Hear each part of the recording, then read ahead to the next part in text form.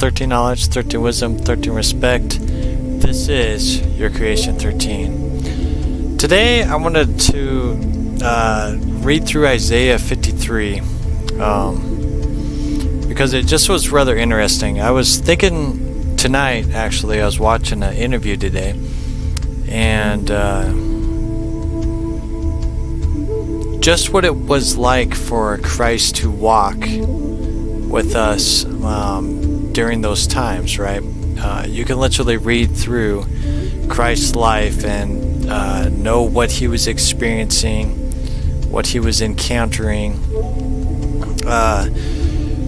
who hated him, who ridiculed him, who questioned him, right? When Christ walked into these territories, right, no one knew of him until he started performing and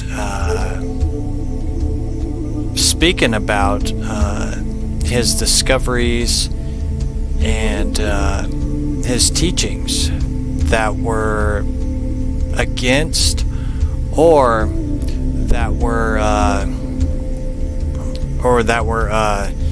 not what the teachings of the lands were, right? Because back then they had their own doctrines, they had their own temples, they had their own practices, their own oaths, traditions, things of that nature, right? Each land or town that he visited had a tradition already set in place, right? A lot of them felt that they were talking with the Creator, and they felt that what they were doing was right to them. And then we have Christ that came in and was teaching something totally different, right?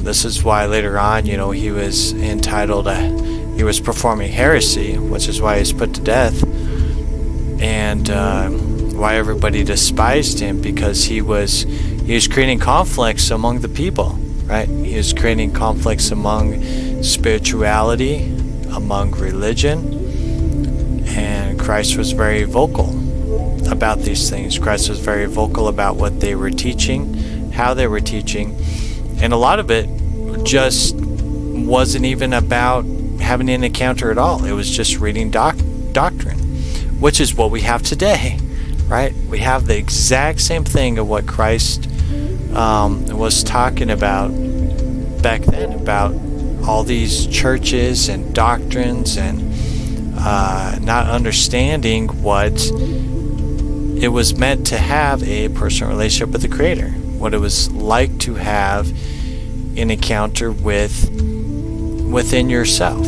right? Through meditation, through encounters with ancestors, with perceived angels, and different kind of beings, right, that you can experience through deep meditation, right? These are the practices that Christ and the disciples taught, right? And they're in the Bible, right? The hidden mysteries, right, or the hidden teachings of Christ, right? That's one of the things that always caught me off guard, was that it's always said the mysterious teachings of Christ, right? And but Christ would go to all these towns and he would be hated, he would be ridiculed. But the more and more he did things, right, he would heal people and cast out demons of whatever kind that they were. He was making a name for himself, and as he was making a name for himself, these towns and cities and kings were going, who is this guy? What is he doing? Why is he creating so much interest, and why is everybody talking about this guy? Why is he not following the traditions of this town or this city, things of that nature, right? They were questioning what he was doing. He was bringing something new and different, even though at that time is the time that we have now, right? So we'll go ahead and read this, and then I'll get out of here. Hey, how's it going, Jeff? Alright, let me pop this up here.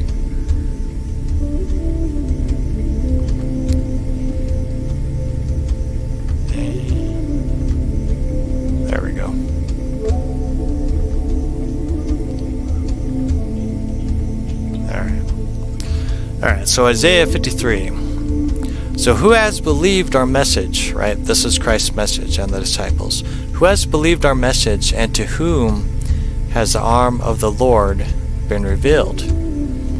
He grew up before him like a tender shot and like a root out of dry ground. He had no beauty or majesty to attract us to him, right? This is the disciples saying, there was nothing of value or to make Christ stick out among the rest. He was despised and rejected by mankind, a man of suffering and familiars with pain, right? He was despised and rejected anywhere he went. There was some that loved him, right? The ones that he performed miracles on, they were like, who is this guy, right? Who is this guy? I was healed by this guy. Who is this guy? But everybody else around him was creating gossip, and they hated him because they didn't know who he was and how he was doing these things.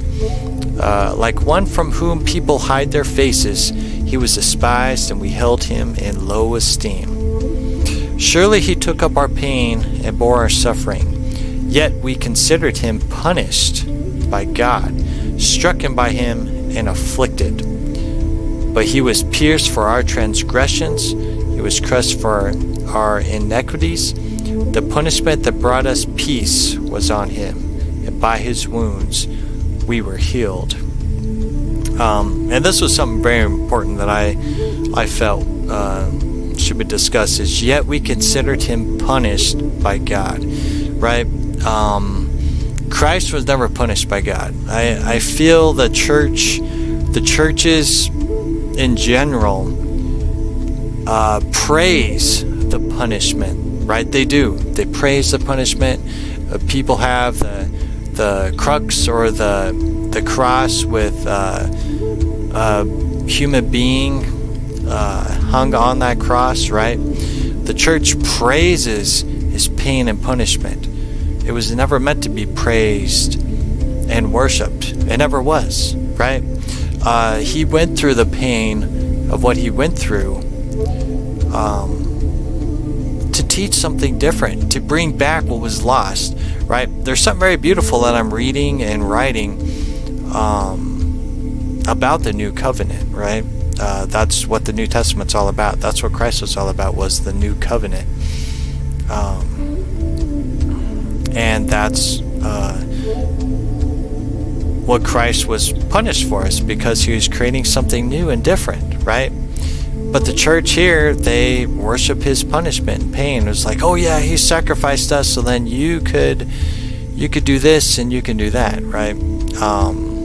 As far as I know, and when I start doing some more studying in Isaiah or Matthew, Mark, Luke, and John or whatever,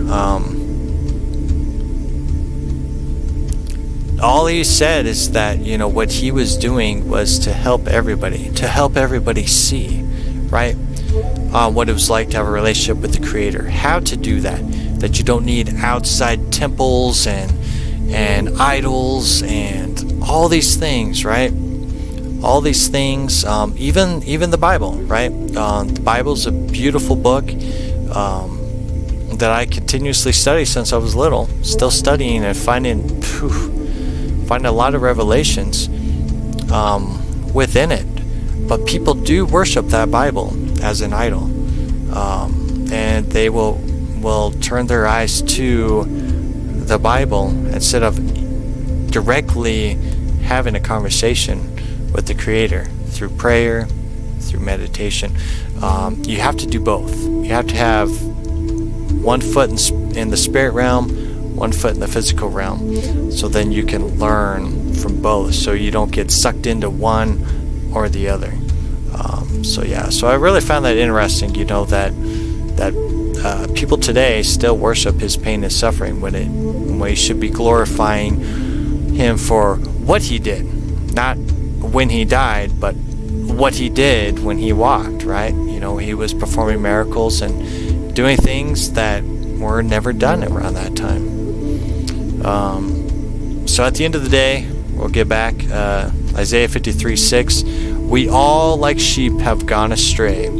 Each of us has turned to our own ways, and the Lord has laid on him the iniquity of us all. And that's exactly what we're doing right now, right? Is that everybody has gone astray into their own different beliefs and faiths, how they view spirituality, how they view talking to different kind of beings, whether it be ETs or angels or any kind of different deities, how people view Christ, how people view the Creator, how people view spirituality, how people view different kind of spiritual practices, right? Everyone has gone astray into their own little tribes, into their own little ways of doing things, right? And they have all turned to their own ways as their God, right? As their God. And for me, that was a revelation for me, because that's what I see everywhere, right? My relationship with Christ is always my rock foundation. My relationship with Christ has always been as a guide or a mentor, right? You know, I never felt I needed to worship Christ, right? At times I would fall on my knees through my dark times and cry out to Christ, right? For guidance, for help, for things of that nature. But I never worshipped. I never even really turned to the scriptures. I always just had that personal relationship with Christ, always. But so many people have just turned to different religions to mingle together, but they missed the point of what Christ was talking about, right?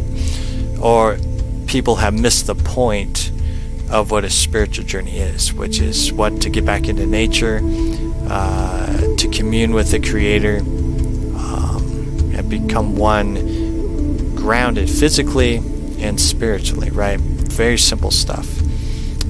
So we'll keep going. He was oppressed and afflicted, yet he did not open his mouth, right? He was led like a lamb to the slaughter, and as a sheep before its shears is silent, so he did not open his mouth, right? There was only a couple times in the Bible he did open his mouth where he was flipping tables, and he's just like, this is enough. Why are you guys charging money to talk about the Creator? What are you guys doing, right? But otherwise, he was just out there talking to the people about his encounters and experiences, and he was performing miracles of healing and wonder out there, right? So he wasn't saying or protesting out there. He just was talking. He was just talking. By oppression and judgment he was taken away, right? And that's what it was, oppression and judgment. Yet who of his generation protested? For he was cut off from the land of the living. For the transgressions of my people he was punished. He was assigned a grave with the wicked and with the rich in his death, though he had done no violence, nor was any deceit in his mouth, right? So when Christ was walking the lands, there was no protesting of, oh no, Christ is our Savior. Christ is the Son of God. He cannot die. There was no protesting, right? There was very few people there. Who was it? It was Mary, I think some maidens. There was just very couple people there, but there was no one protesting. All the people from all the different lands did not come to protest and say he is the Son of God. No one did that. No one did that, right? But they wanted to persecute him for heresy, right? For heresy. That's what he was put to death for, was heresy. And that was it.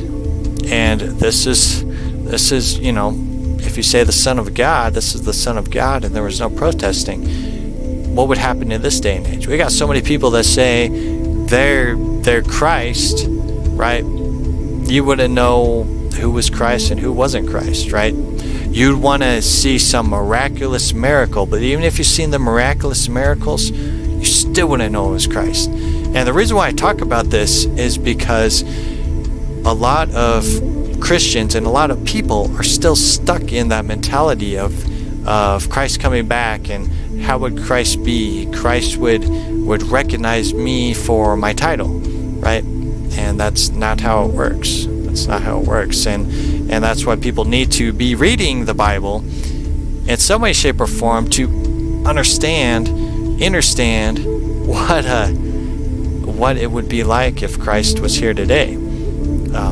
He would be looking at you of like, you're following man's traditions and beliefs. Exactly what I told you to stay away from. Exactly what I told you to stay away from. And it's very interesting. Like, that's just revelations that I see as I read this. Yet it was the Lord's will to crush him and cause him to suffer. And though the Lord makes his life an offering for sin, he will see his offspring and prolong his days, and the will of the Lord will prosper in his hands. After he has suffered, he will see the light of life and be satisfied. By his knowledge, my righteous servants will justify many, and he will bear their iniquities. Therefore I give him a portion among the great, and he will divide the spoils with the strong, because he poured out his life unto death, and was numbered with the transgressors. For he bore the sin of many, and made intercession for the transgressors. I just felt that this was something I just want to go live real quick and just discuss, because I really felt that this is a continuous thing, but I also feel that people are waking up more and more and more with questions and wondering where. Hey, how's it going, Only? What do you think of Magik? I'll get to that here in a second. But as people question more and more and more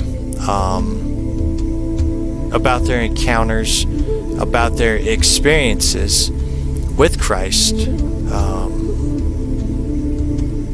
they can't seem to really fit into a church structure or faith structure of some kind. They kind of go on a different path, right? And ultimately, sometimes when you go on that different path, like myself, born and raised in a Christian home, right? You're going to mingle into different things. So people may go into the New Age element, people may go into the spiritual element, whatever it is, and then sometimes they will come back to the Christ element. And sometimes they get lost and get back into the religion element of things, right?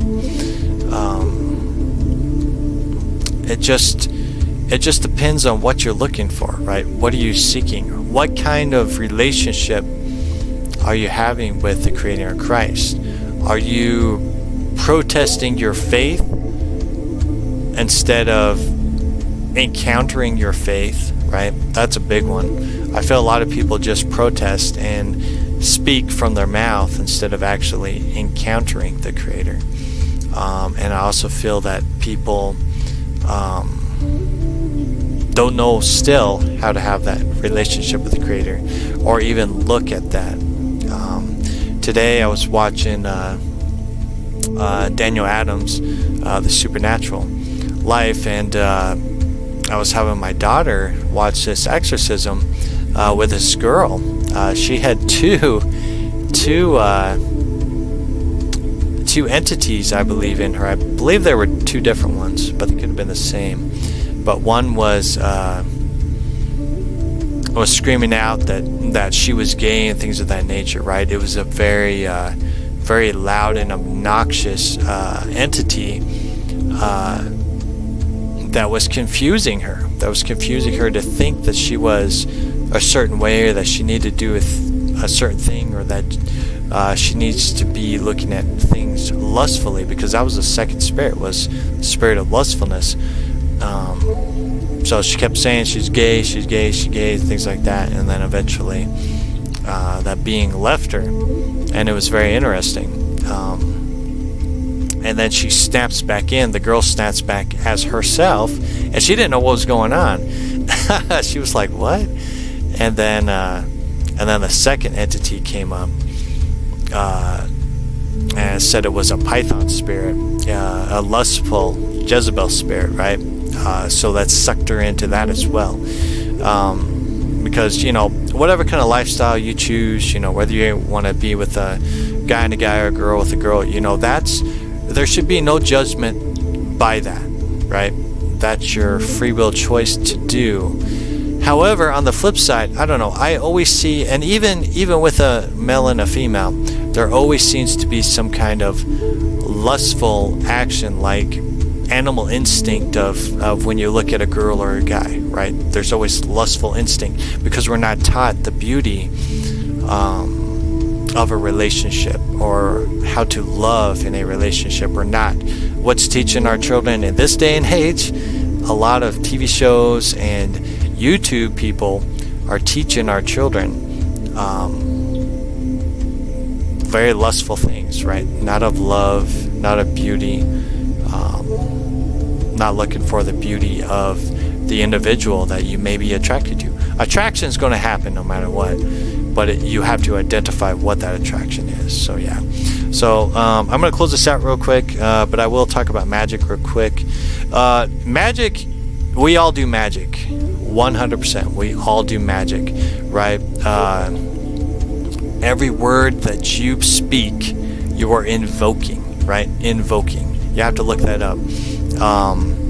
If you will it, it shall come to pass, right? If you will it, it shall come to pass. And it's not just, oh, hey, I want $1 million and then it's going to just happen. No, it doesn't work that way.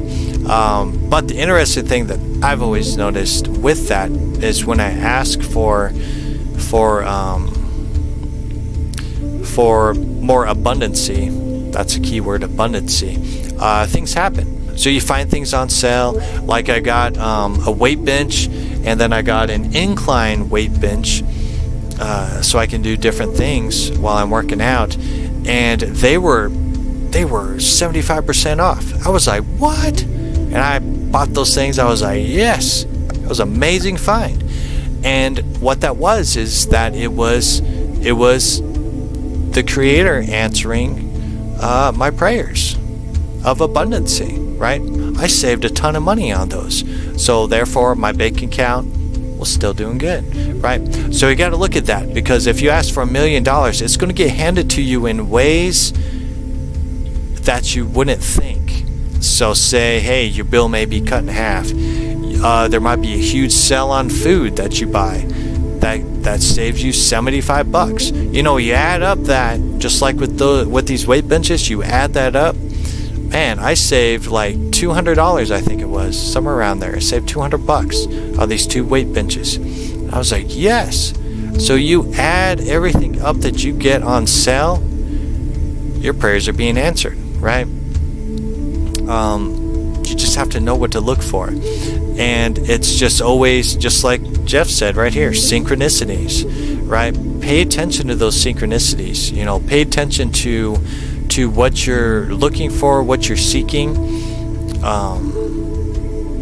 because things will be revealed to you. But if you're so busy, just like myself, I got to go to work, and then I got to come home, cook dinner, and work out, and try to write, and then try to make teachings or just go live just to communicate, right? There's a lot going on. There's just not enough time in the day to do everything. So you really have to strategize what you do. And as you're praying or invoking, abracadabra, I create what I speak.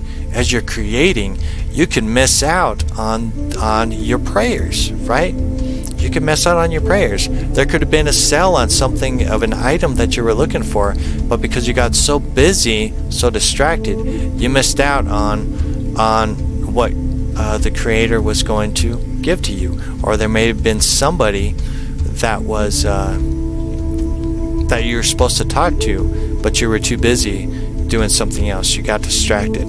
So it's important to realize that we all perform some kind of magic. Magic is something that's been lost in translation, right?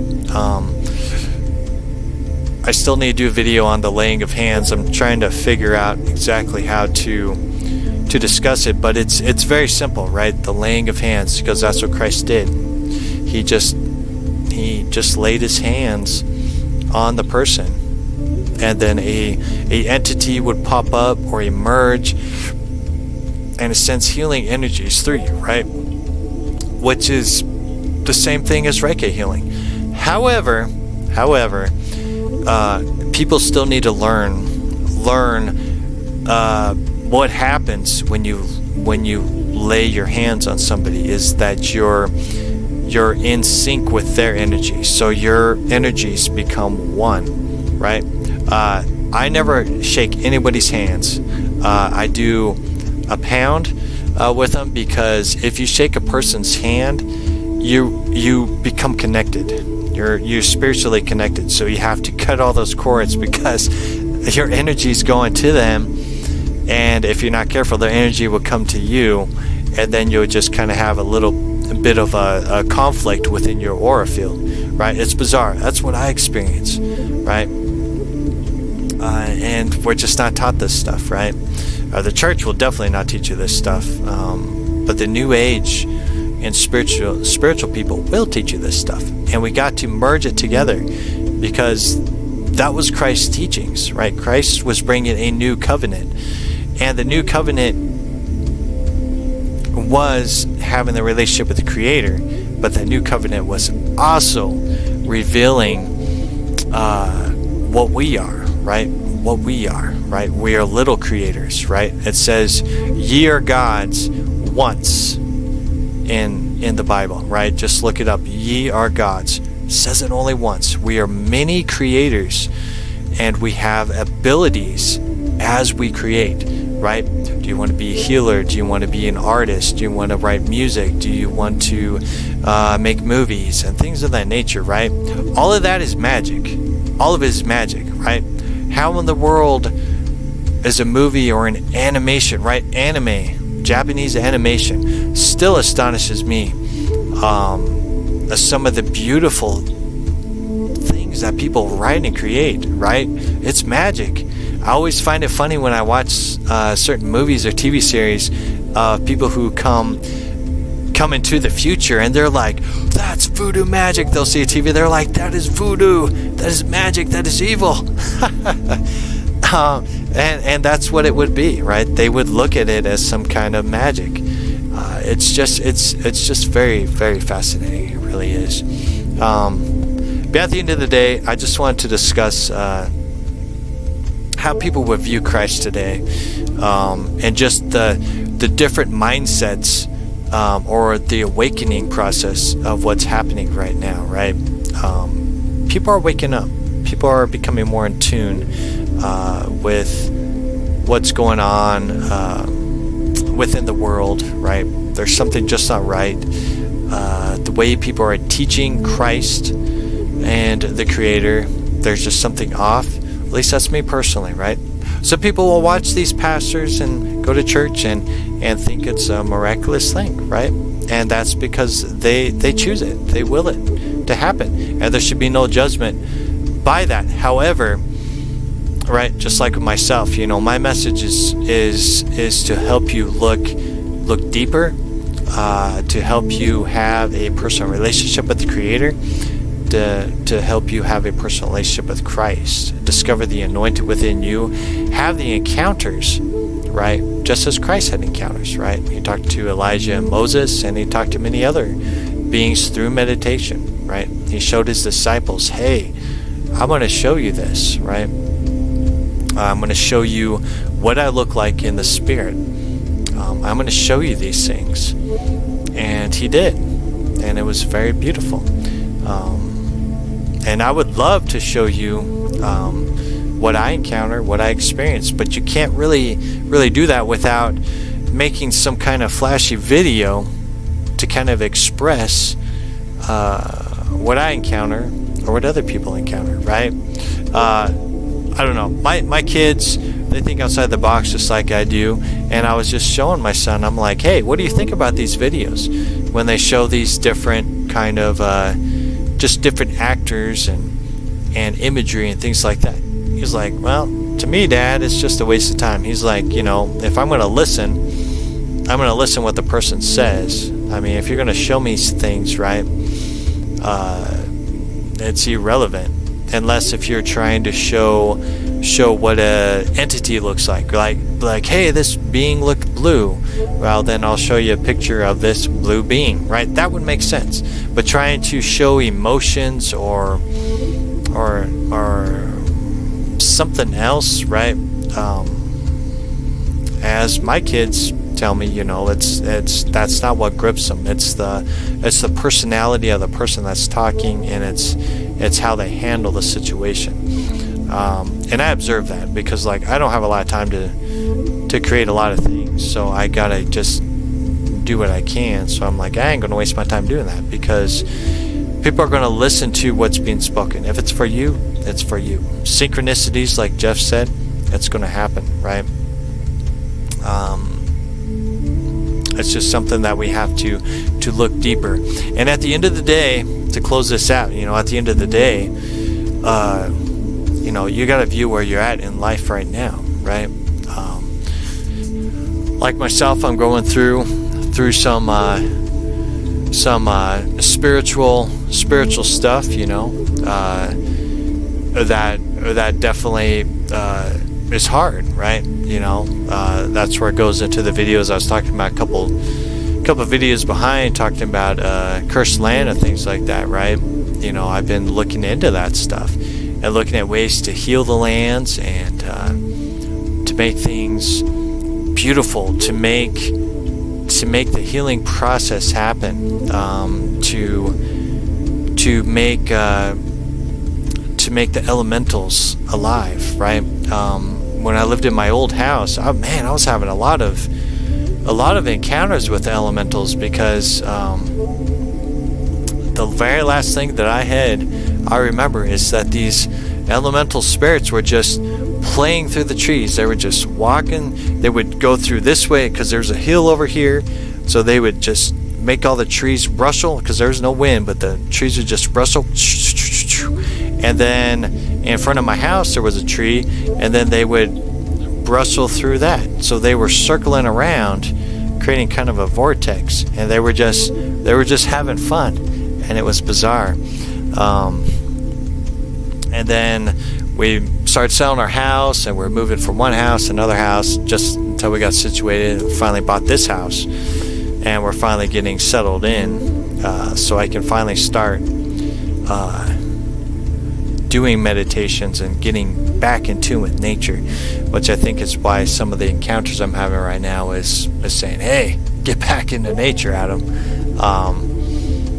and go from there, right? So there's a lot of revelations. I'm really excited about all this stuff I'm writing. It takes so much time. I want to share all this stuff with you guys, but all I can do right now is just kind of read through these scriptures as the Spirit is showing me these things. And it's so overwhelming, because as I study, like right now I'm reading and writing 2 Corinthians, and then I will go and look up a scripture I just typed in there. I'm just like, hey, let's just type in there Jesus walking among the crowds, and then I found 106 Bible verses about Jesus walking in the crowds, and Isaiah 53 was the first one that popped up. So it's endless. Your Bible studying can go on forever. Literally, it can. So, but there's just so much revelations that's within that Bible, and modernizing it in a very simple way, man, just makes it beautiful. Like I said, I'm just really excited to present what I'm writing, because I think it's very beautiful.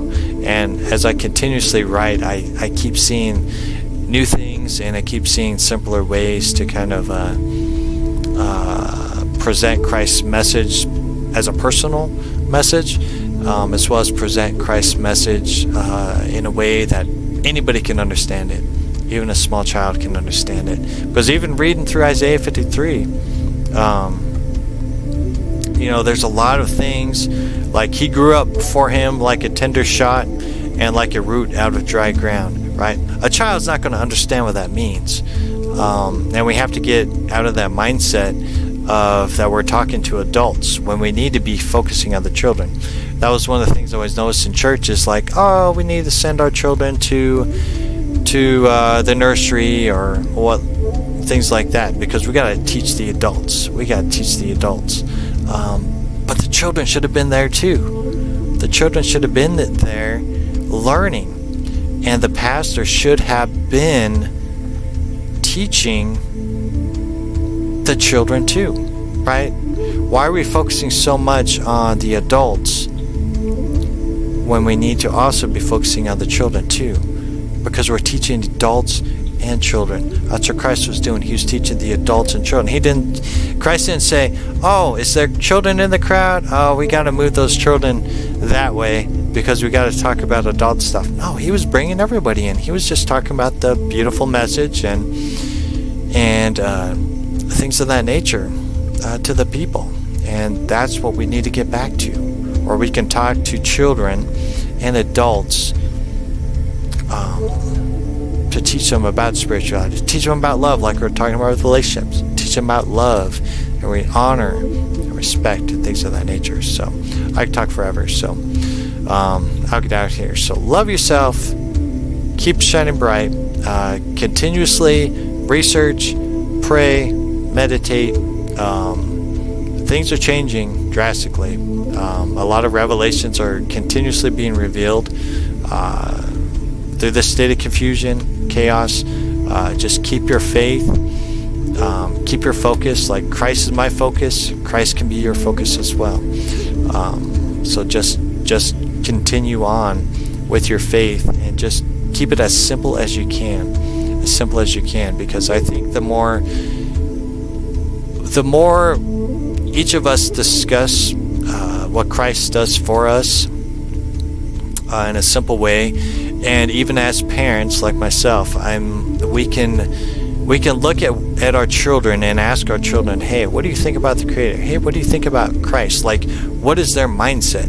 Like, challenge your children too, right? Challenge your children, because they're never going to learn of these things if you focus their teachings by other adults, right? You want to make sure that you're the parent that is teaching them these things. So as other adults teach them, they can come back to you and say, hey, this adult taught me this, or this adult taught me that. What is your view, Dad, of this? And that's important, right? That's how you build trust with your children and build a collective or creative experience for your child, because your child's going to eventually be an adult, and then as they are adults, they're going to be teaching children and teenagers as well. So anyways, talk forever, lots of things to talk about, lots of stuff going on. So love yourself, keep shining bright. I'll talk to you all later as soon as I turn this off. All right, good night.